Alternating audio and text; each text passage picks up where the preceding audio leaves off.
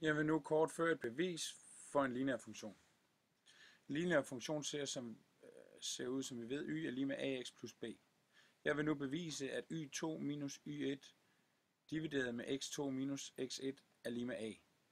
Vi har to punkter, y1, x1 og y2, x2.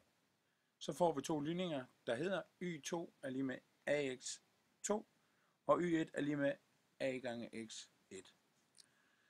For at bevise det, skal vi trække ligningerne fra hinanden. Det gør vi ved at syge y2 minus y1 er lige med a gange x2 minus parentes a gange x1 plus b. Nu vil vi ophæve parenteserne. Gør vi således, at der kommer til at stå y2 minus y1 er lige med a gange x2 plus b minus a gange x1 minus b. Da fortegnet ændrer sig, fordi vi har ophævet parenteserne.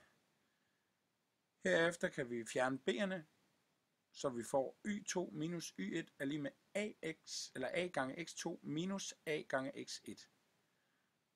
Da a er det samme, kan vi nu sætte dem sammen, så vi får y2 minus y1 er lige med a gange parentes x2 minus x1. Herved får vi altså beviset ved at flytte x'erne over under y'erne, så vi får y2 minus y1 divideret med x2 minus x1 er lige med a.